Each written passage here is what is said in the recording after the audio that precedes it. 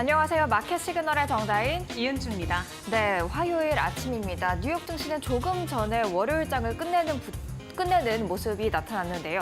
다우 지수는 4만 선에서 조금 더 멀어지는 모습을 보였지만 반대로 나스닥 지수는 사상 최고치에서 마감을 하는 모습이었습니다. 네, 엔비디아 실적 발표를 앞두고 엔비디아에 대한 기대감이 나스닥 지수를 다시 한번 뜨겁게 달궈졌는데요. 간밤 있었던 마감 현황 구체적으로 확인해 보도록 하겠습니다. 마감 브리핑 전해주시죠. 네, 뉴욕 증시 월요일장을 혼조세로 마감을 했습니다. 계속해서 뉴욕 증시 최근에는 혼조세를 나타내고 있는데요.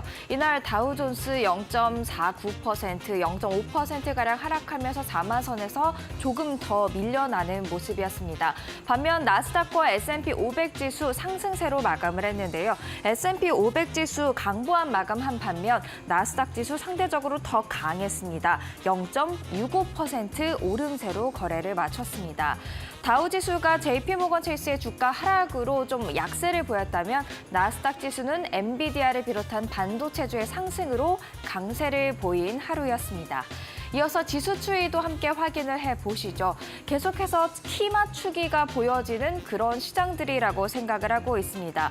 그동안 반도체주가 좀 주춤하면서 나스닥이 빠질 때 상대적으로 다우와 S&P 500 지수가 강했었죠. 하지만 이날은 나스닥 지수가 강세를 보일 때 다우와 S&P 500 지수는 다소 하방 압력을 받는 듯한 그런 키를 맞춰가는 모습들 나타났습니다. 이어서 히트맵을 통해서 전체적인 분위기도 확인을 해보도록 하겠습니다. 혼조세로 마감을 했지만 그럼에도 불구하고 M7 대형 기술주 대체로 상승하는 모습들 나타났습니다. 마이크로소프트 1.2% 강세를 보였고요. 애플 0.64% 오름세를 보였습니다.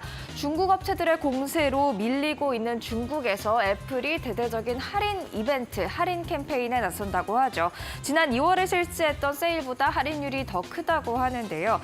처음에는 주가가 하락으로 반응을 했지만 상승 반전하면서 0.64% 오름세를 보였습니다. 이어서 시가총액 3위에 올라와 있는 엔비디아 2.5%가량 강세로 마감을 했습니다. 현지 시간 22일에 실적 발표가 예정이 돼 있는데요. 대다수의 애널리스트들이 매수 의견을 나타내고 있고 또 목표가를 상향 조정한 그런 분위기들이 이날 시장에 반영된 것으로 보입니다. 목표 주가 상향 조정하는 곳들 꽤 많이 나오고 있습니다. 추가 상승 여력이 30%나 된다는 애널리스트도 등장을 하고 있는데요. 한편 옵션 거래를 통해서 보면 주가가 실적 발표 이후 10% 안팎의 등락률을 보일 수 있다라는 분석도 나와 있습니다. 엔비디아를 비롯해서 퀄컴, 마이크론 대체적으로 다 좋은 분위기 가져간 반도체 주였습니다. 이어서 구글, 알파벳의 주가가 오름세로 마감을 했는데요. 이날 알파벳 클래스 A, 클래스 C 모두 52주 신고가 장중에 기록을 했습니다. 이어서 메타 0.65% 약세였고요. 아마존도 0.63% 하락으로 마감을 했습니다. 테슬라는 1.4% 하락률을 기록을 했는데요. 이 바이든 정부의 중국산 전기차, 배터리와 부품에 대한 관세가 테슬라에게도 악영향을 끼칠 것이란 분석 현재 나와 있습니다. 그리고 오랜만에 금융섹터 한번 들여다보도록 하죠. 금융섹터 대체로 하락하는 분위기가 강했는데요. 그 와중에도 JPM, JP모건의 주가가 4.5% 크게 내리는 모습이었습니다. 월가의 황제라고 불리는 제이미 다이먼 JP모건 CEO가 은퇴 시점이 멀지 않았다라는 시그널을 밝히면서 주가의 하방 압력으로 작용을 했습니다. 다만 장 초반에는 소폭 오르면서 JPM 역시 52주 신고가를 기록한 바 있습니다. 그러면 이어서 특징주 확인을 해보도록 하겠습니다. 월요일장의 특징주입니다. 첫 번째 특징주 타겟이 되겠습니다. 미국의 유통업체가 되겠죠. 월마트의 경쟁사라고도 볼 수가 있는데요. 2.14% 하락으로 마무리를 했습니다. 가성비를 따지는 소비자들을 잡기 위해서 자주 구매되는 품목 5천여 개에 대해서 가격 인하에 나선다라고 밝히면서 매출 부분이 줄어들 것으로 예상이 되자 2.14% 14% 내림세로 반응한 것으로 보여집니다. 이어서 힘센 허스헬스가 27.66% 폭등세를 기록을 했는데요. 이 남녀 건강 브랜드를 운영하는 동시에 밈주식 중 하나인 힘스가 되겠습니다.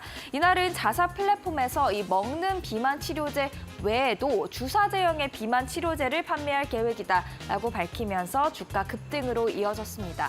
계속해서 시장 비만 치료제에 대해서 관심을 갖고 있는 듯한 모습 나타나고 있고요.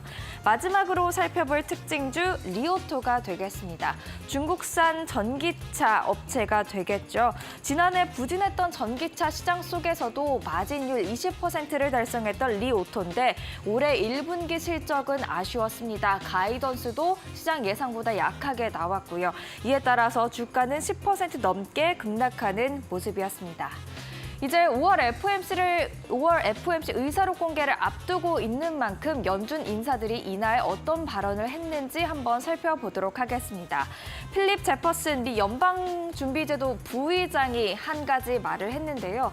금리 인하를 결정할 만큼 인플레이션이 빠르게 둔화하고 있지 않다라는 의견을 내비쳤습니다.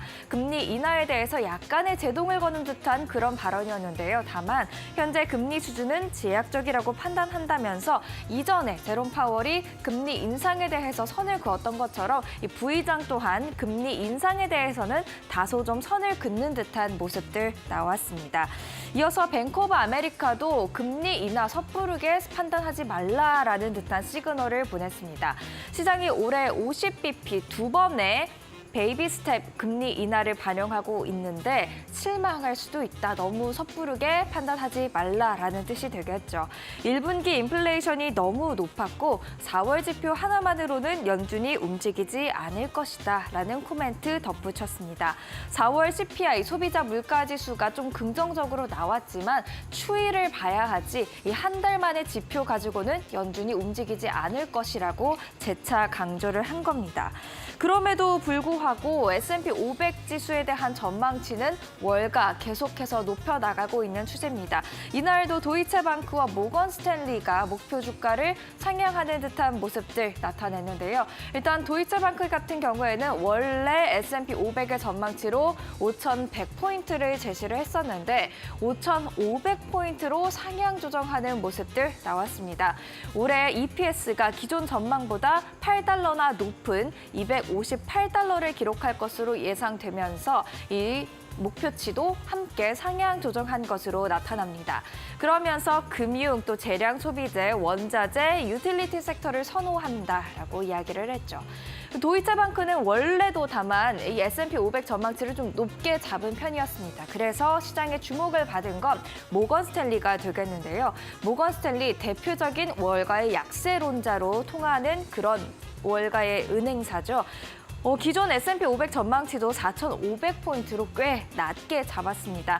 하지만 이번에 새롭게 제시한 전망치가 5,400포인트였습니다. 물론 시점은 올해 연말이 아닌 내년 2분기긴 하지만 이렇게 목표가를 상향 조정했다라는 점에서 모건 스탠리마저 시장 상승에 기대고 있다라는 분위기가 형성이 되면서 투자 심리를 좀 돋군 면이 있습니다. 모건 스탠리가 목표가를 상향 조정한 이유, 기업 밸류에이션이 낮아진 가운데 견조한 기업이익 성장이 기대된다라고 코멘트를 했습니다. 고금리로 인해서 기업이익 성장이 더뎌질 것으로 예상이 됐지만 고금리에도 잘 버티고 있다라는 뜻이 되겠죠. 또 산업, 필수 소비재, 유틸리티 섹터를 선호한다라고 이야기를 했습니다. 그러면 계속해서 국제 유가 확인을 해보도록 하겠습니다. 헬기 사고로 이란 대통령이 사망하면서 중동 정세가 더 복잡해질 수 있다라는 분석이 나왔습니다. 이에 따라 국제 유가로 많은 시선들이 쏠려 있었는데요. 유가는 그렇게 많이 오르지 않은 모습들입니다. 큰 반응 보이지 않고 있고요. 한편 천연가스는 올해 1월 이후 최고치를 기록했다라는 소식 함께 전해드리겠습니다. 이어서 국제 금값 계속해서 오름세 이어가고 있습니다. 이날도 나스닥도 0.9% 강세로 마감을 했는데요.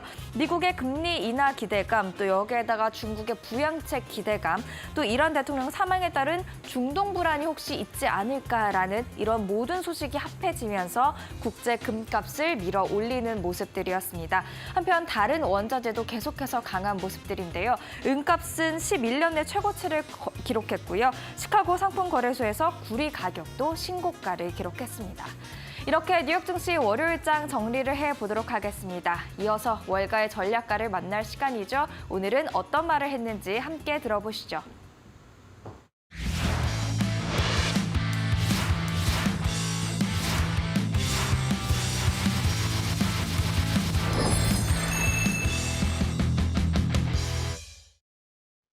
I think a pause is in order here. We've had a pretty, aggressive rally after the little 6-7% correction that we saw across April. The move is broadly based on the idea that, okay, the economic health is slowing a little bit. Maybe a few Fed rate cuts are still on the table, and then earnings have kind of come in a little bit stronger than expected. But at the same time, any kind of momentum push, you need a breather. Nothing about this pause to start the week would indicate any kind of risk-off sentiment over the next 3, 6, or 12 months for us. We're still very much of the belief that we're in a cyclical bull market. You just can't go up every single day. We're in kind of a void here, I think, waiting for a few big earnings, as you mentioned earlier. And so it's not all that surprising, and we're still bullish over the intermediate term here.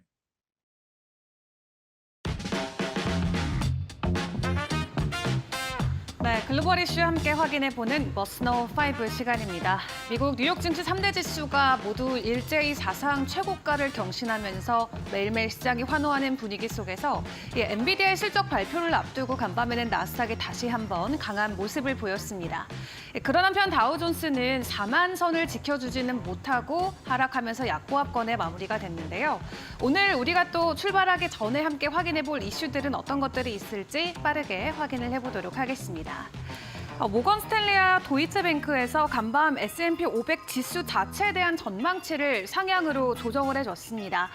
오늘은 강보합권에 마무리가 되면서 5,311선까지 올라온 모습이 나왔는데요. 특히 모건 스탠리 안에서도 굉장히 보수적으로 S&P 500에 대한 평가를 이어왔던 마이크 윌슨 전문가 같은 경우는 앞서서는 S&P 지수가 4,500선까지도 떨어질 수 있다라고 전망을 했지만 이번에는 오히려 5,400선까지 올라갈 수 있을 것이다라면서 전망치를 바꾸기도 했습니다. 사실상 비관론을 펼쳤던 윌슨이 전망치를 내년 2분기까지 긍정적으로 바꾼 부분에서 시장은 주목을 하고 있고요. 이 윌슨의 새로운 수정 전망치가 마냥 낙관적이지만은 않지만 그래도 사상 최고치를 경신한 시장이 지금부터 추가적으로 더 올라갈 수 있다는 부분에서는 긍정적으로 풀이해 볼 수 있겠습니다. 그리고 윌슨은 데이터의 변동성이 커져서 거시적 결과를 예측하기 점점 더 어려워지고 있다라고 시장에 대한 평가를 내놓기도 했는데요.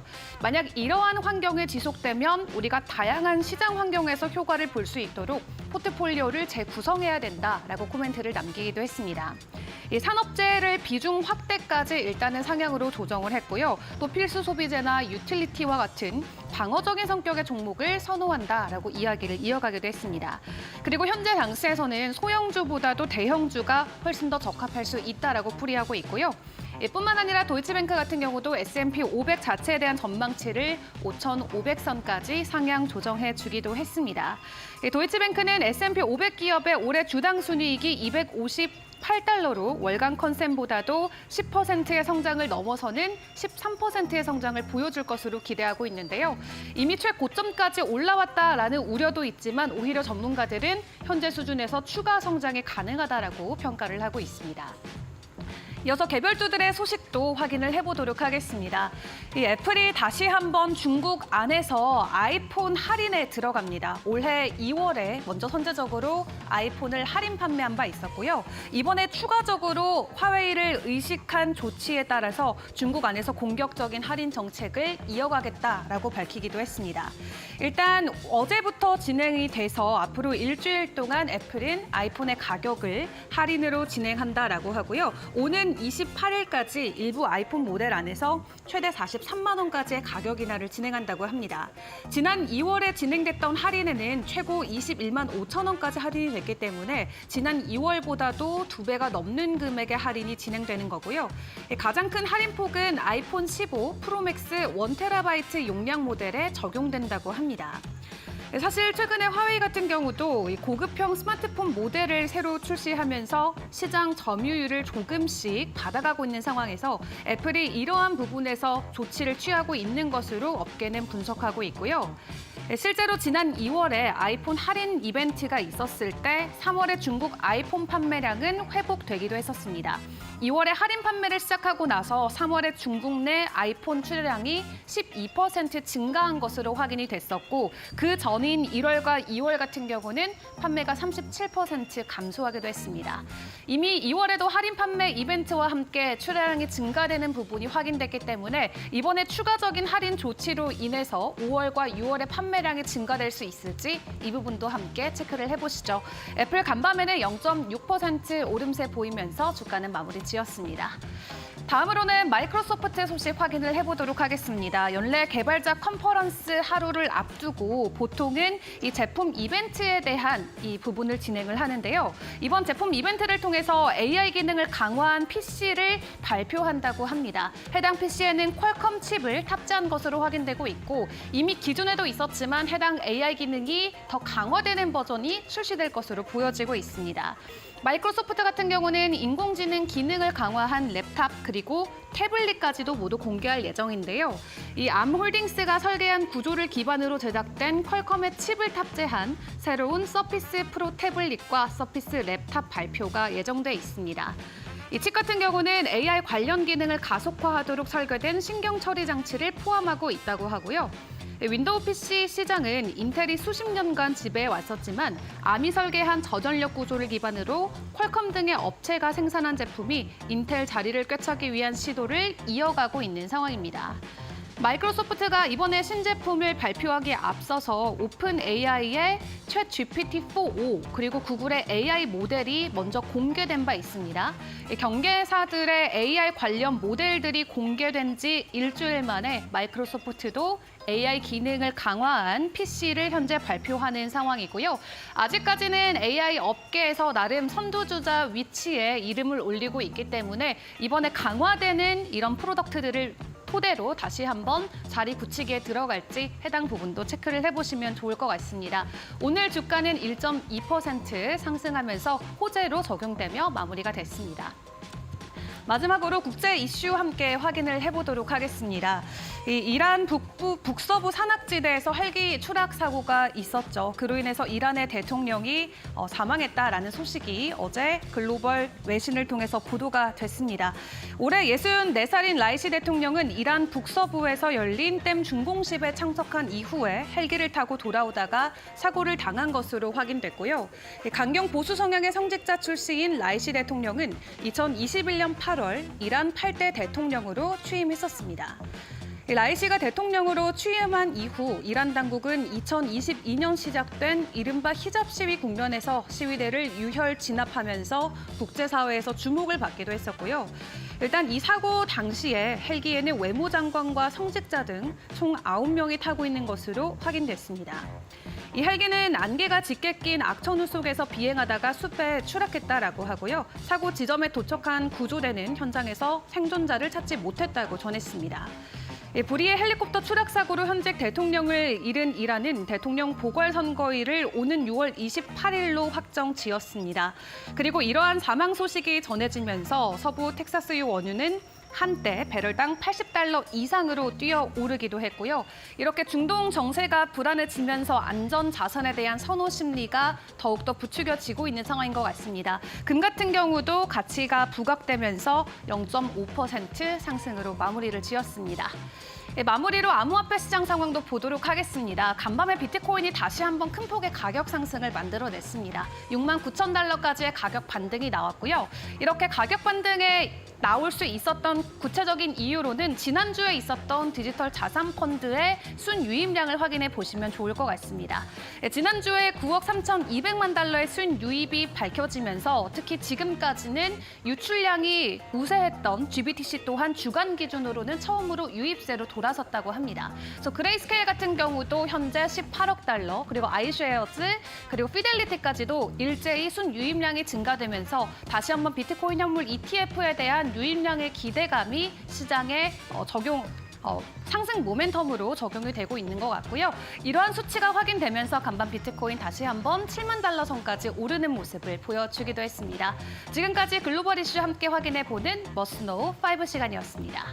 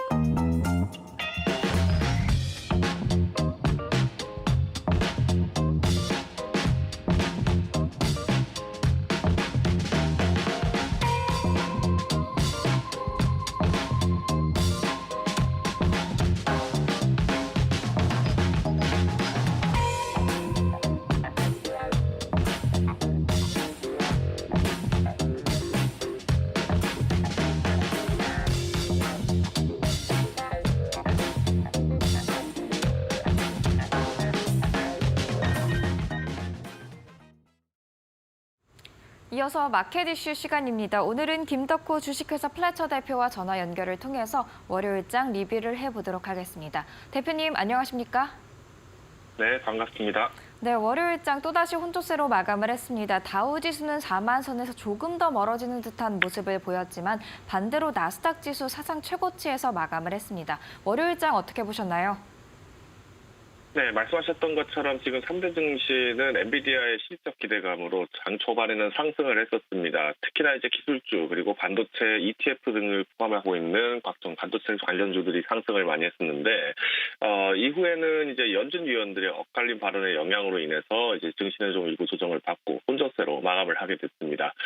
특히 이제 애틀랜타 연은 총재 같은 경우에는 인플레이션이 서서히 둔화되고 있을 것으로 예상을 했습니다만은 제퍼슨 연은 총재는 오히려 현재 지금 상업용 부동산 등 높은 임대료로 인해서 인플레이션이 오히려 장기화될 가능성이 높다라고 지적을 했습니다. 클리블랜드 연은 총재 같은 경우에도 인플레가 반등할 경우 오히려 금리 인상까지 검토해야 된다는 매파적 발언을 연이어서 나타내다 보니까 증시에서는 아무래도 최근 연준의 의원의 발언에 대해서 굉장히 주시하고 있는 것 같습니다. 지난 7일에도 매파였던 미니애폴리스 연은 총재 닐 카시카리도 미국의 디스인플레이가 확실해지기 전까지는 금리를 동결해야 한다는 의사를 발표한 바 있는데요. 이처럼 이제 지금 최근 연준회에서는 이제 매파적 발언을 계속 수위를 높여가고 있는 것으로 확인이 되고 있습니다. 때문에 이제 미국의 금리 인하 정책은 오히려 조금 더 지연될 가능성이 높다는 가능성이 지금 계속 제기가 되고 있기 때문에 특히 이제 패드워치 등 주요 연준을 중시하는 기관들의 입장을 잘 주시해야 될 것 같습니다. 반면에 이제 중국 같은 경우에는 이제 어제 1년 만기 LPR 금리를 3.45% 동결을 하게 됐는데 이는 아무래도 이제 최근에 중국에서 발행했던 초장기 국채 발행으로 영향으로 인해서 오히려 이제 금리를 동결했을 가능성이 높다라는 예상치와 부합을 하게 됐습니다. 즉 이제 연준과는 반대로 오히려 양적 완화를 좀 더 공격적으로 제시하고 있는 중국이고 또 이를 토대로 해서 부동산 부양 정책의 효과성을 이제 주목을 하고 있는 것 같습니다.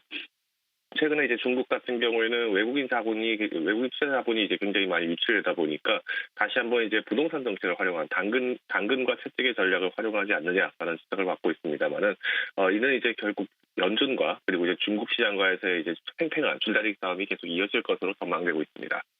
네, 그리고 또 뉴욕 증시 내에서 주목해야 될 이슈들이 참 많았던 것 같습니다. 약세론자로 꼽혔던 모건 스탠리가 S&P 500의 전망치를 상향 조정하는 일들도 있었고요. JP 모건 그리고 애플에서도 개별 이슈가 나오는 모습들이었는데 하나하나 짚어주시죠. 네, 오늘 S&P 500 섹터 중에서 가장 큰 하락을 보였던 섹터는 금융 섹터, 그리고 가장 큰 상승을 보였던 섹터는 기술주, IT 섹터였다고 말씀드릴 수 있을 것 같습니다. 먼저 금융주 쪽을 좀 말씀을 드린다면은 모건 스탠리의 최고 투자 책임자인 마이클 윌슨이 이제 지난해부터 이제 올해 S&P 500 전망치를 4,500을 계속 관찰하던, 즉 이제 비관론을 철회를 하고 올해 2분기에는 5,400선까지 돌파가 가능하다고 제시를 한 바 있습니다. 이제 마이클 윌슨 같은 경우에는 이제 늘 항상 월가의 마지막 보루, 즉 그만큼 비관론이 굉장히 강했던 투자자라고 이제 인식이 있었다 보니까 이처럼 이제 마지막 비관론자가 사라졌을 경우가 과열 시장이다라는 월가에서의 경고음도 자금 나타나고 있습니다. 특히 이제 작년부터 잇따라 전망의 실패를 함에 따라서 이제 지난 4월 25일에는 적어도 당분간은 증시 전망치를 제시 않겠다라고 얘기를 했는데도 불구하고 3주 만에 이런 번복 얘기가 나왔다는 자체가 어떻게 보면 월가 입장에서는 상당한 부담감으로 여겨지는 것 같습니다. 특히 이제 이런 시장에서 이제 최근에 이제 모건 스탠리에서는 최근 이제 증시 월가의 상승으로 굉장히 이제 탑승을 많이 하고 있는데 결국 이제 시장에서는 이제 최근에 지금까지 영향을 주고 있는 중동 전쟁의 여파, 그리고 우크라이나 러시아 전쟁에 대한 여파가 차츰 사그라들고 오히려 금리를 동결할 상황에서도 물가는 안정화되고 있다는 점에 주목을 하고 있는 것 같습니다. 다만 이제 연준 위원들의 발언들을 좀 참고해서 보였을 때는 아직까지는 뚜렷한 확인을 하기 좀 어렵기 때문에 이 발언에 대해서는 좀 더 주의하셔야 된다라고 좀 말씀드리겠고요.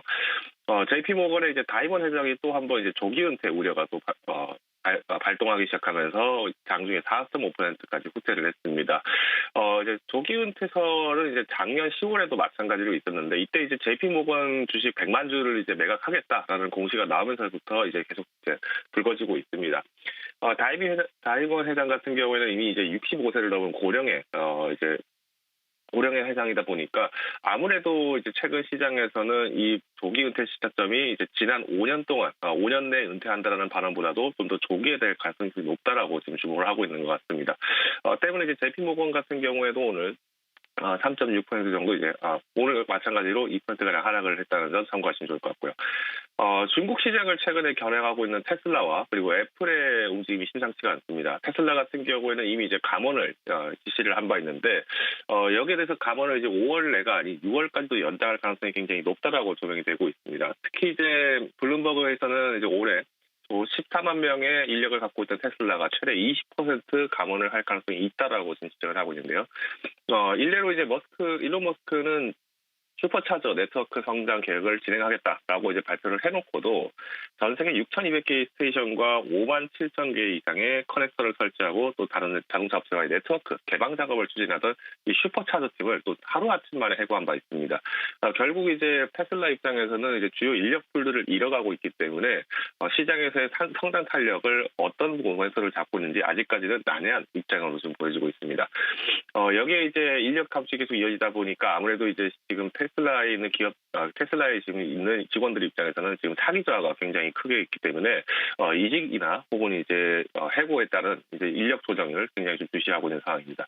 애플 같은 경우에는 이제 지난 3월 중국의 이제 아이폰 출하 가격을 인하를 하게 되면서 이제 출고량이 늘었다라는 기사가 보셨을 것 같습니다. 출하량이 늘었다라는 기사를 보셨을 것 같은데 이번에 이제 중국의 아이폰 가격을 또 추가적으로 인하를 하게 됩니다. 특히 이제 인기가 높은 이제 아이폰 15 프로 모델의 경우 15의 모델의 경우에는 최대 이제 2,300위안을 인하를 한 16,099위안, 즉 우리나라 돈으로 약 199만 원 수준으로 가격을 인하를 했는데 특히 이제 시장 조사기관 카운터포인트 리서치 보고서에 따르면은 올해 첫 6주 동안 아이폰의 이제 중국 판매량이 감소를 했었는데 오히려 할인 프로모션을 활용해서 이제 매출을 늘리고 있는 것으로 확인되고 있습니다. 즉 이제 중국으로부터 시작되고 있는 저가 경쟁에 대해서 오히려 해외의 많은 기업들이 이제 가격 인하의 정책을 활용을 해서 중국 시장에 다시 한번 점유율을 높이는 모습들이 포착되고 있습니다. 한편 뉴욕 증시에서 엔비디아를 중심으로 반도체주가 좋았습니다. 엔비디아 실적 기대감 때문인 것으로 풀이가 되고 있는데 국내의 영향은 어떨까요? 짧게 답변 부탁드리겠습니다. 네, 아무래도 최근 외국인들의 수급이 굉장히 빠르게 바뀌고 있습니다. 어제 같은 경우에도 수급이 굉장히 좋지 않았던 모습들을 봤을 때는 오히려 엔비디아 향 기업의 주가 변동 가능성을 좀 주목을 하고 있습니다. 그래서 오늘 시장에서는 반도체주들 변동성에 대해서 유의를 하셔야 될 것 같고요. 특히나 이런 시점에서 과중한 비중을 담으시기보다는 현재 시장에서의 명확한 실적 발표 이후에 대한 대응을 충분히 준비하셔야 될 거라고 판단하고 있습니다. 네, 잘 들었습니다. 지금까지 김덕후 주식회사 플래처 대표였습니다. 말씀 감사합니다. 감사합니다. 이어서 시장에 영향을 미칠 수 있는 마켓 리더들의 한마디 듣고 오겠습니다.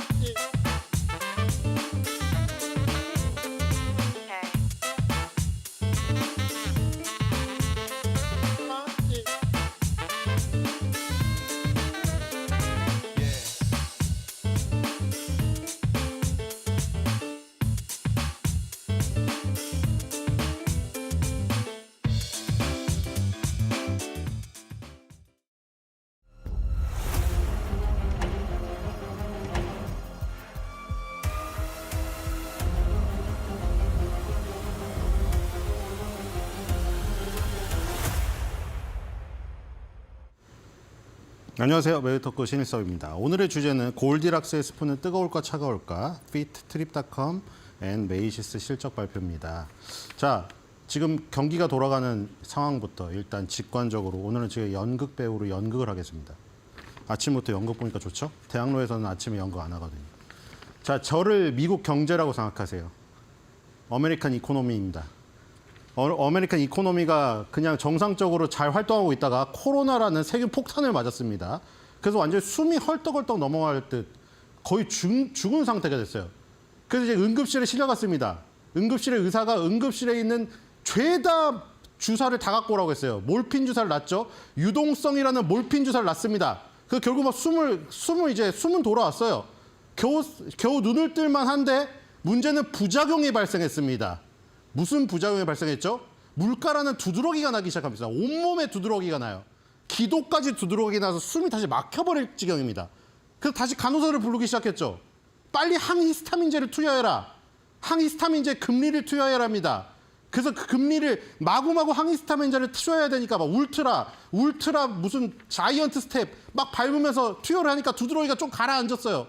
그래서 의사는 너무 힘드니까 야 이제 좀만 이제 환자가 돌아왔으니까 좀만 이제 보자. 그게 파월 의장입니다. 파월 의장이 너무 무리한 나머지 코로나 걸려가지고 지금 쉬러 갔어요.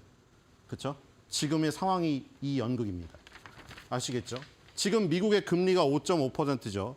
자, 여기 제로 금리를 하다가 여기서 바로 코로나 폭탄을 맞은 거죠. 미국 경제가. 숨을 헐떡이듯이 죽기 직전까지 간 겁니다.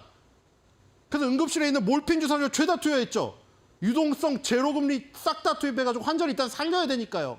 근데 환자를 살렸는데 두드러기가 났어요. 물가라는 두드러기가 나서 온몸에 두드러기 나니까 그 항히스타민제로 눌러야 되니까 급격하게 항히스타민제의 용량을 높인 겁니다.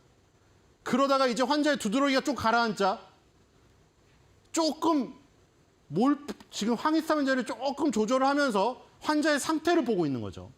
그거를 주도했던 의사는 지금 자기가 아파서 쉬러 갔어요. 그래서 지금 계속 5.5% 금리를 계속 유지하고 있는 상황이죠. 그래서 항히스타민제를 이렇게 급격하게 투여한 것은 물가라는 두드러기가 생겼기 때문이다. 그럼 물가라는 두드러기가 조금 가라앉으니까 항히스타민제에 해당되는 금리를 동결하고 있다. 자, 두드러기가 완화가 됐나 볼까요? 두드러기가 완화가 됐습니다. 물가라는 두드러기가 완화가 되니까 항히스타민제를 투여를 멈춘 거예요, 지금. 근데 다시 두드러기가 발작이 일어나면 항히스타민제를 또 투여해야 돼요. 그러니까 환자나 의사나 이게 모두 다 싫은 거예요, 지금. 너무 고통스러우니까. 응급실 의사 지금 바이탈 의사 24시간 동안 잠을 못 잤어요. 그 잠자러 가야 되는데 머리도 떡져 있고 지금 그런 상태예요. 환자도 마찬가지예요. 너무 고통스러운 거예요. 몰핀을 맞다가 항히스타민제를 맞다가 몸이 엉망진창 만신창이가 됐습니다. 이제 그만하고 의사 선생님 제발 비타민 먹여주세요. 이러고 있는 거죠.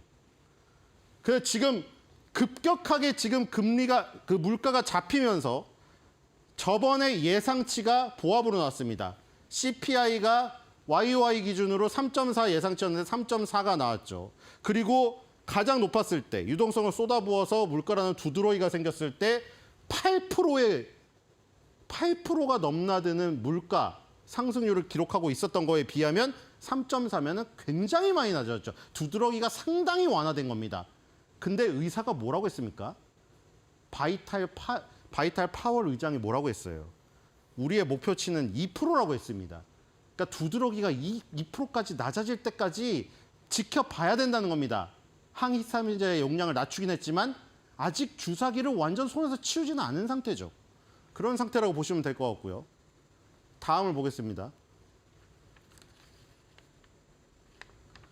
자, 실업률입니다. 만약에 물가라는 두드러기를 잡기 위해서 항히스타민제를 투여를 했는데 금리라는 항히스타민제를 투여를 했죠. 근데 이게 두드러기를 잡고 거기서 끝나야 되는데 만약에 두드러기를 잡는 걸 넘어서 가지고 어렵게 시체 같은 환자를 살려놨는데 다시 목줄을 재버리면 또 그게 문제잖아요. 그러니까 고민이 많은 거예요, 지금. 그쵸? 물가라는 두드러기만 완화하는 데서 끝내야 되는데 그게 정상세포를 침해해가지고 또 죽여버리면 안 된다는 거예요. 그러니까 다시 실업률이 치솟고. 자, 실업률이 이렇게 높게 치솟았을 때 실업률은 아니고 이거는 실업수당 청구 건수입니다. 실업을 한 실업자들이 실업수당을 청구하러 가서 그 청구 건수가 잡힌 거예요. 실업수당 청구 건수가 많이 잡혔다는 거는. 매주 나오는데 매주 실업자가 늘었다는 거예요. 근데 지금 이 예상치보다 높게 나왔죠. 지금 2주 연속 예상치보다 높게 나왔습니다. 그래서 항히스타민제 금리, 항히스타민제 투여를 조금 완화를 시켰는데 실업률이 계속 실업수당 청구 건수가 예상치보다 높게 나오기 때문에 이 지표를 눈여겨보고 있는 거죠. 아까 전에 보시다시피 물가는 어느 정도 잡힌 부분이 나타났는데 반대로 실업수당 청구 건수는 늘어나니까 물가를 잡는 데서 멈추면 금리라는 항히스타민제 효과가 딱 맞아떨어지는 건데 그 목적에 만약에 그것을 넘어서 가지고 실업자를 양산해버리면 안 되겠죠. 그래서 이 지표가 2주 연속 예상치를 상회했다는 것을 지금 눈여겨보고 있을 것이다. 파월이 이렇게 보시면 될 것 같고요. 자, 소매 판매입니다. 이것도 마찬가지죠. 만약에 금리를 올려서 지금 5.5였잖아요. 금리를 올려가지고 두드러기를 잡으려고 2%란 두드러기 완화 목표를 가지고 가져가는데 만약에 그 가는 와중에 2%의 목표를 달성했으나 문제는 실업률이 치솟아버리고 그렇죠? 고용시장이 완전 급강화해버리고 소매 판매가 위축이 돼버려가지고 경기가 다시 죽어서 코로나 세균을 맞았을 때처럼 돌아가 버리면은 이 모든 어떤 행위들이 뭐 인간의 행위에는 모든 뭐 어떤 뜻이 있겠지만 사실 굉장히 무의미하게 돼버립니다. 그렇죠? 이 수많은 3, 4년간 했던 이 우리 각고의 노력들이 도루묵이 돼버리는 거예요. 그리고 역사의 평가는 파월을 아주 악랄하게 비판하게 되겠죠. 누구도 그러고 바라지 않겠죠. 어쨌든 소매 판매는 예상치 0.4% 증가했는데 0%로 낮게 나왔습니다. 그러니까 지금 정리해보면 어떻게 된 겁니까? 몰핀 주사, 금리라는 몰핀 주사를 물가를 잡기 위해 투여를 했는데 금리라는 유동성이라는 몰핀을 투여했는데 두드러기가 너무 많이 나가지고 금리라는 항히스타민을 투여를 했는데 물가는 두드러기는 어느 정도 잡혔잖아요. 근데 문제는 소매 판매가 위축이 되고 실업수당 청구 건수가 늘고 있기 때문에 여기서 유심히 지켜봐야 되는 지금 상황이죠. 자, 경제지표는 여기까지고 만약에 경제지표가 요 정도로 위축된 것이 보이지만 물가는 어느 정도 잡히니까 만약에 기업들의 실적이 소매 판매가 줄어들고 실업수당 청구 건수가 늘었음에도 불구하고 특히 소비에 관련된 소비주들의 실적이 좋게 나온다. 그러면 무슨 얘기입니까? 그러면 아주 좋은 상황인 거죠. 금리를 올렸는데 물가도 어느 정도 잡히면서 기업들의 실적이 꺾이지 않는 이 상황이 나타나게 됩니다. 그게 가장 바라는 상황이겠죠. 그렇게 되면은 여기서 아주 차근히 금리 인하로 가서 금리 인하라는 건 비타민이죠. 비타민을 입에 넣어주게 된다면 그거는 효과가 극대화됩니다. 근데 반대로 여기서 아까 말한 대로 실업수당 청구 건수가 매주 계속 치솟고 소매 판매가 계속 꺾이고 그래서 고용시장이 급강하고 경기가 좋아지지 안 좋아져 갖고 기업들의 실적도 악화돼 버리면 그러면 안 좋아지는 최악의 상황으로 가죠. 그 최악의 상황에서 경기를 살리려고 금리 인하를 한다면 아까 말한 거랑 완전히 다른 겁니다. 똑같은 금리 인하인데 환자의 상태가 어떤 상황에서 썼느냐가 틀리기 때문이죠. 그렇죠? 비타민을 받아 먹으려고 입을 이제 벌려가지고 눈을 번쩍 뜨고 있을 때 금리 인하를 하는 비타민을 주는 거랑 환자가 다시 코로나 때처럼 또 시체가 돼가지고 그걸 살리려고 또 금리 인하를 하는 거. 그건 완전히 다른 상황이에요. 그거는 그런 상황에서 금리 인하가 일어나 버리면은 뭐냐면은 국가에서 그냥 완전히 깃발을 꼽는 거예요. 우리 이제 너무 힘들어. 다시 코로나야. 최악의 경우입니다. 자, 그럼 기업들의 실적을 볼까요? 기업들의 실적이 꺾이지 않았다면 그 상황은 벌어지지 않겠죠. 지금 보시면 홈디포 실적 여기서 해드렸죠. 홈디포도 소매 판매에 밀접한 영향이 있는 거죠. 그 한줄평에서 말씀드렸죠. 부인이 남편이 부인 보고 나 못이랑 망치 좀 사줘. 미국은 맨날 고치고 사는 게 일상이니까요. 주택이 많으니까. 근데 못하고 망치도 못 사는 겁니다. 왜냐? 아까 실업자가 돼서 실업수당 청구 건수 올라갔잖아요. 실업수당을 청구하러 갔는데 그 실업수당 가지고 밥도 먹고 이래야 되는데 망치랑 못은 여보 우리 밥 지금 실업수당 갖고 밥 먹을 돈도 없는데 망치 뭐 저기 널브러지는 거 대충 그걸로 고쳐 이렇게 돼버리면 그러면 홈디포를 안 가겠죠. 그렇게 돼버리면은 그렇죠? 그 다음에 계속해서 소매 판매에 중요한 실적들이 나오고요. 이 다음 월마트가 여기 나왔었습니다. 월마트는 참고로 뒤에 보시겠지만 좋게 나왔어요. 일단 이것도 뭐 예를 또 들진 않겠어. 홈디포랑 비슷한 상황이겠죠. 맞죠? 쌓아놓은 삼양라면 요즘에 잘 나가던데 삼양식품 불닭볶음면 월마트에서 사온 거 지금 몇 개 있는데 우리 그냥 하나 가지고 둘이 나눠 먹자 이렇게 되겠죠. 부인이 경기가 어려운데 그렇죠? 근데 월마트는 실적이 좋게 나왔어요. 자, 이번 주 실적은 다들 이제 엔비디아에 집중하고 있지만 이런 것들도 굉장히 중요한 것들이죠. 여기 지금 트립닷컴이 이제 나옵니다. 월요일 장후니까 곧 나오겠죠. 그 다음에 메이시스라는 백화점 회사가 나오고요. 로스도 나옵니다. 화요일 장전에 나오죠. 로스는 홈디포에서 업계 2위인 업체입니다. 자, 머릿속으로 눈 감고 상상을 해보세요. 실업수당을 청구하러 갔어요, 남편이. 그 실업수당을 쥐꼬리만큼 받아가지고 이제 먹고 살아야 되는데 그러면 홈디포, 로스 가가지고 새로운 전동드릴을 살 돈이 있겠습니까? 월마트 가서 새롭게 나온 신제품 시식을 할 돈이 있겠습니까? 메이시스 같은 이건 또 대형마트가 아니잖아요. 백화점 가서 귀금속을 살 돈이 있겠냐고요. 그렇죠? 그럼에도 불구하고 실적이 좋게 나왔다면 그렇죠? 아까 전에 시체로 다시 돌아가서 시체에다가 금리 인하를 투입하는 이런 일은 벌어지지 않겠죠. 그럼 실적을 확인해 보겠습니다. 자, 홈디포의 실적은 그때 봤기 때문에 간단히 볼게요.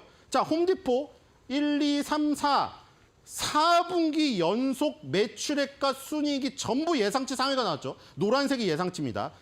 2023년 4분기에서 매출액이 5분기 만에 예상치 하회를 했어요. 순이익은 부합으로 나왔고요. 그래서 시장에서는 여기에 주목을 했습니다.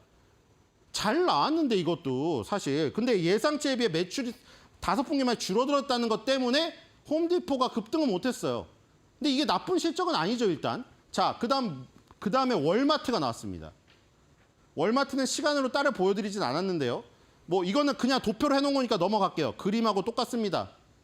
그림으로 보는 게 더 직관적이겠죠. 자, 월마트 실적도 나왔습니다. 월마트는 보면 하나, 둘, 셋, 넷, 다섯 개 분기 연속 매출액 순이익 전부 예상치 상회네요.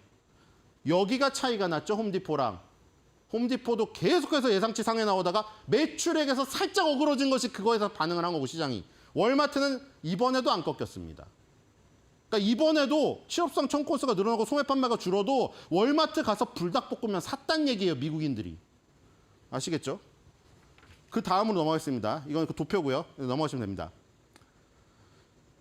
자, 그 다음에 이제 트립닷컴 그리고 이 지금 메이시스 이렇게 나올 겁니다. 자, 트립닷컴도 마찬가지죠. 트립닷컴은 더 하죠, 이거는. 홈디포나 로우스 가서 전동드릴 사는 거랑 월마트 가서 뭐 코스트코 가서 라면을 사는 거랑 이거는 얘기가 달라요. 트립닷컴을 예약을 해가지고 해외여행을 가는 거예요. 이거는 더 큰, 물론 달러가 워낙 강하니까 지금 일본 여행 많이 가겠죠. 엔화는 완전 바닥으로 갔는데 달러는 너무 강세니까 미국인들이 돈을 엄청나게 예전보다 많이 바꿔서 일본 여행을 너무 쉽게 갈 수가 있어요. 일본 여행 2박 3일 갖고 5박 6일 갈 수 있어요, 지금. 그렇긴 하지만 아까 전에 말한 대로 실업수당 청코스가 느니까 막상 가려는데 돈이 없어서 못 갈 수도 있는데 트립닷컴 실적이 좋다면 그게 상세가 됐다는 얘기죠.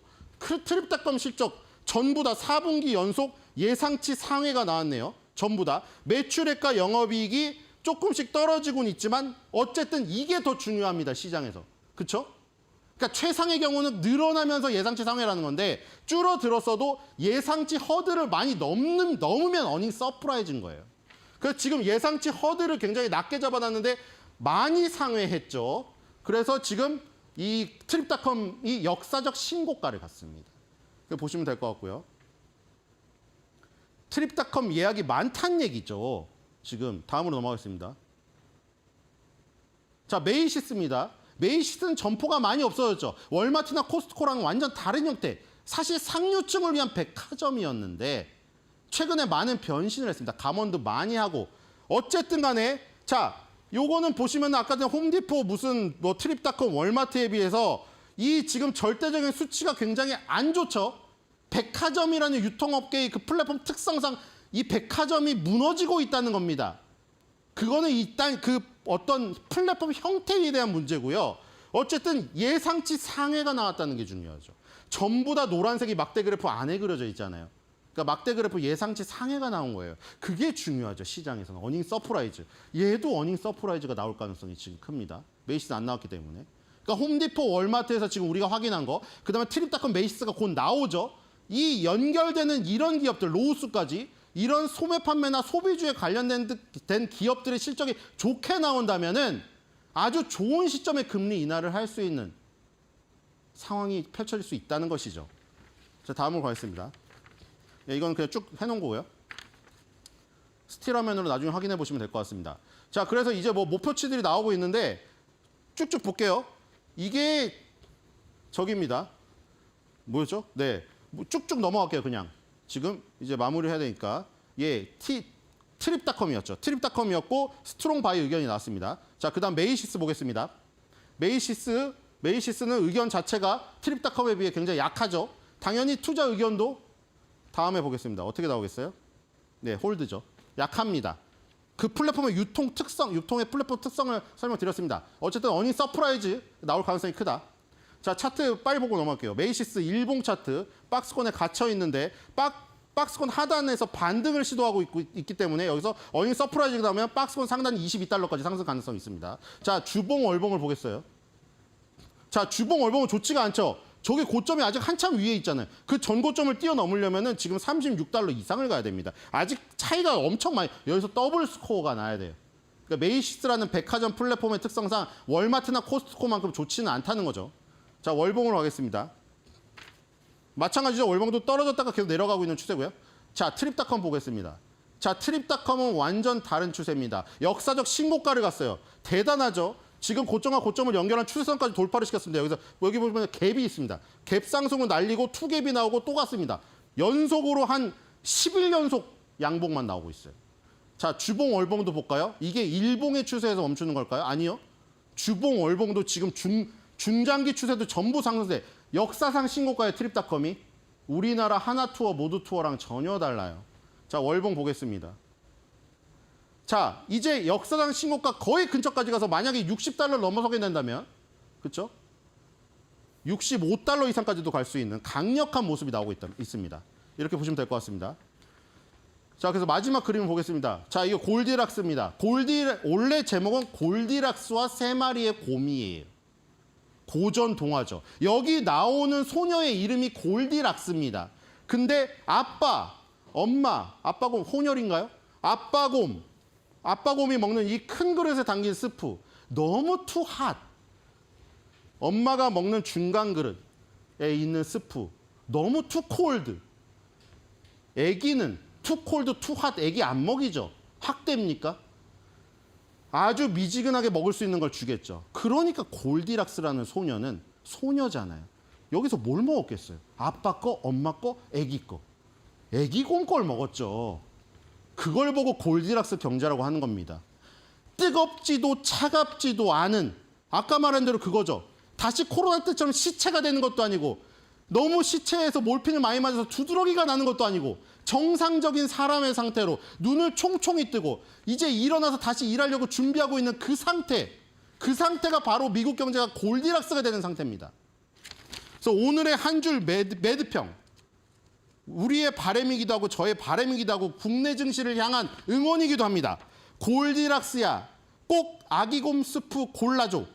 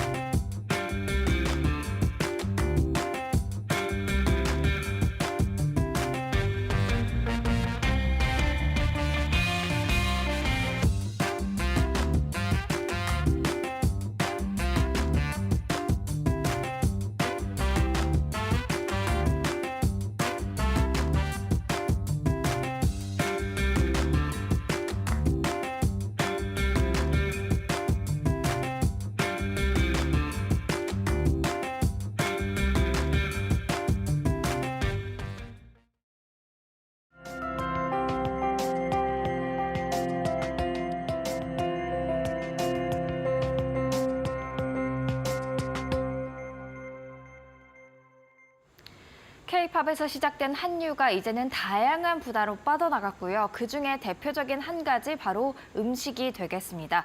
특히 최근에는 SNS상에서 이 불닭볶음면이 인기였죠. 생일 선물로 이 불닭볶음면을 받고 우는 아이까지 등장했을 정도인데요. 이렇게 인기가 많다 보면 많이 팔리는 것을 의미하기도 하겠죠. 사우나 갔다가 대표적으로 즐기는 음료, 바나나 맛 우유도 해외에서 인기라고 하고요. 특히 불닭볶음면, 까르보나라까지도 인기를 끌고 있다고 합니다. 또 김밥을 많이 먹다 보니까 김 가격 최근에 많이 오른 것 확인하실 수가 있죠. 이렇게 인기 있는 제품들에 힘입어서 음식료 업종도 최근에 강세를 보이고 있습니다. 오늘 이 부분에 대해서 사인해서 짚어보도록 하겠습니다. 인기가 많다는 건 그만큼 제품이 많이 팔린다는 뜻이 되겠고요. 제품이 많이 팔린다, 매출이 그만큼 오르겠다라는 뜻이 되겠습니다. 그래서 주가 바로 반응을 하는 모습들 나타났습니다.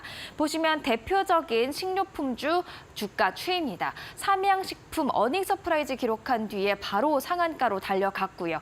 빙그레도 최근 좋은 흐름 보여주고 있고 김 가격이 오르자 사조시푸드, CJ시푸드 모두 오름세를 보이는 모습들이었습니다. 이런 강세 과연 하반기에도 이어질 수가 있을까요?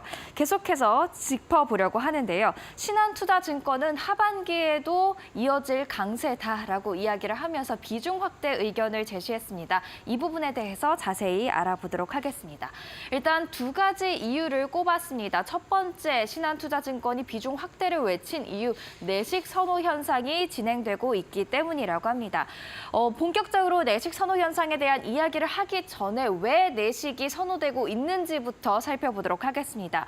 올해 상반기 이 한국의 식료품 지수가 83.1로 전 세계에서 6번째로 가장 높았고요. 아시아에서는 가장 1등이었습니다. 그만큼 식료품이 비싸다라고 해석을 할 수가 있겠는데요.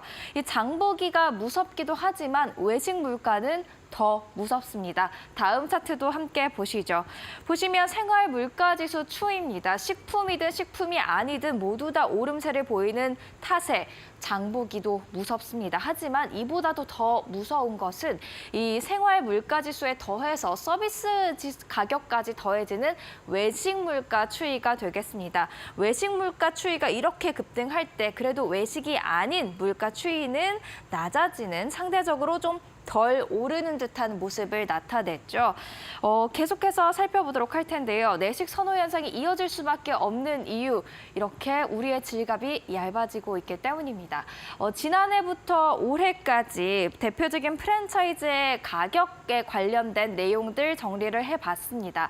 노란색으로 하이라이트를 쳐놓은 부분은 가격이 인상됐다라는 이야기가 되겠고요. 이렇게 하늘색으로 하이라이트 친 부분은 인하라는 뜻이 되겠습니다. 보시면 지난해부터 올해까지 인하는 단 3개뿐이었습니다. 그만큼 많은 프랜차이즈 업체들이 가격 인상에 나섰다라는 건데요. 예전에는 10,000원만 들고 갔어도 맥도날드에서 2명이 좀 거뜬하게 먹었던 것 같은데 이제는 10,000원 하나로 세트 하나 시키기도 버거운 수준이 됐습니다. 그렇다 보니까 외식 가기가 두렵죠. 이런 상황 속에서 내식 선호 현상이 두드러지고 있는 겁니다. 또한 가공식품 업체들 외식 물가 상승분만큼 이 물가에 반영할 수 있기 때문에 이 부분에서도 실적이 개선될 수 있다라는 그런 분석 있습니다. 그렇다면 두 번째 이유, 내식 선호 현상에 이어서 원가율이 개선되고 있다라는 점도 음식료 업종에 대한 비중 확대 의견을 제시한 이유가 되겠습니다. 기후 이슈로 커피, 코코아 등 일부 신고가를 기록하는 원재료도 있었지만요.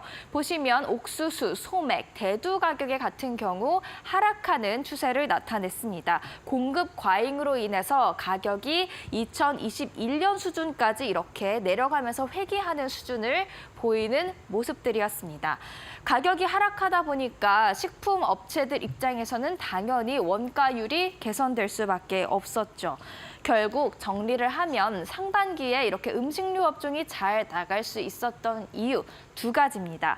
외식보다는 내식을 선호하는 그런 현상들, 또한 원가율이 대폭 개선이 됐다라는 이유, 이 2가지가 강세를 보였던 이유가 되겠습니다. 즉, 이 2가지가 하반기에도 계속해서 이어진다면 음식료 업종의 강세를 하반기까지도 예상해 볼 수 있겠다라는 뜻이 될 텐데요. 과연 2가지 현상 이어질 수 있을까요? 체크를 해보도록 하죠. 일단 내식 물가 만만치 않다고 미리 말씀을 드렸습니다. 그렇기 때문에 소비가 꾸준히 이어질까라는 점을 고민해봐야 될 것 같습니다. 내식 물가도 비싸기 때문에 소비가 혹시라도 줄어든다면 가공업체 식품들의 매출 또한 감소할 수 있기 때문입니다. 일단 내식도 비싸다는 점 차트를 통해서 확인을 해드리도록 하겠습니다. 가공식품 물가지수 추이 오름세를 보이면서 좀 높아지는 추세였고요. 그리고 대형마트의 객 단가, 소비자당 한 명의 객당 소비하는 그런 물가가 될 텐데요. 파란색으로 나타나 있습니다. 18년에 비해서는 많이 올라와 있다. 최근에 좀 감소를 했지만 그래도 많이 올라와 있다라는 것을 알 수가 있죠. 그럼에도 불구하고 사람은 적응의 동물이죠. 높은 물가에 적응을 하고 또한 소비 심리도 개선이 되면서 외식보다는 물가 부담이 상대적으로 덜한 내식 소비를 계속해서 늘려나갈 것으로 예상이 되고 있습니다. 다음 차트를 통해서도 계속해서 같이 확인을 해보시죠. 보시면 물가 안정화로 인해서 소매 판매가 개선될 것으로 기대된다라는 분석 결과 있고요. 그리고 소비자 심리 지수도 회복을 하고 있다라는 분석 결과 있습니다. 내식이 아무리 비싸도 외식보다는 내식이고 내식에 있어서도 소비는 꾸준히 늘어날 것으로 기대된다라는 차트까지 같이 확인을 해봤습니다. 이런 와중에 기업들이 혹시라도 가성비에 집중한 제품을 출시한다면 더욱더 주목을 받을 수 있겠죠. 이 부분 체크하시면 좋을 것 같고요. 원가율 개선도 계속해서 이어질 것으로 보입니다. 물론 곡종별로 차이는 있겠습니다만 현재로서는 공급 과잉 이슈가 있는 옥수수, 소맥, 대두 같은 경우에 계속해서 하락 추세 이어갈 것으로 기대가 되고 있습니다. 그러니까 하반기에도 음식료 업종 강세를 예상할 수 있는 2가지 조건이 일단은 대략적으로 맞춰진 것 같다라고 생각을 해볼 수가 있겠죠.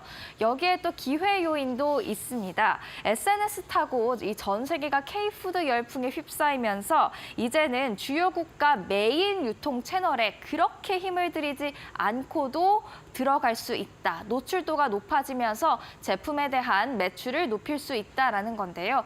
농심의 해외 영업이익 기여도 최근 들어 급증한 것 확인하실 수가 있고요. 그리고 삼양식품이 내수보다도 해외 수출 비중이 더욱더 많아질 것으로 기대가 되고 있습니다. 원래 내수 시장, 우리나라는 좀 작은 편이고 거기에다 인구 감소까지 더해지면서 해외 시장 개척해야 된다라는 이야기가 계속 나왔는데 SNS 효과를 톡톡히 보고 있는 식료품 업종이 아닐까 싶습니다.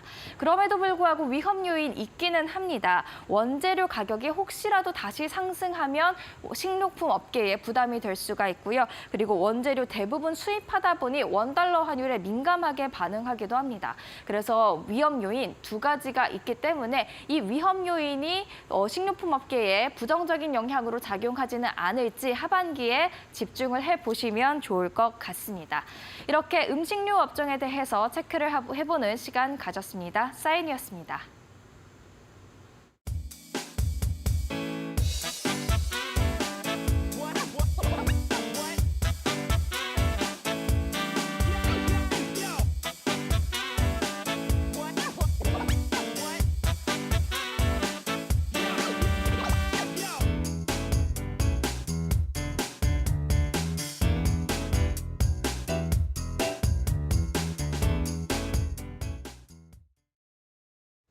저희는 2부 코리안 마켓 사인즈로 돌아오겠습니다. 네, 저희는 잠시 뒤 7시에 다시 돌아오겠습니다.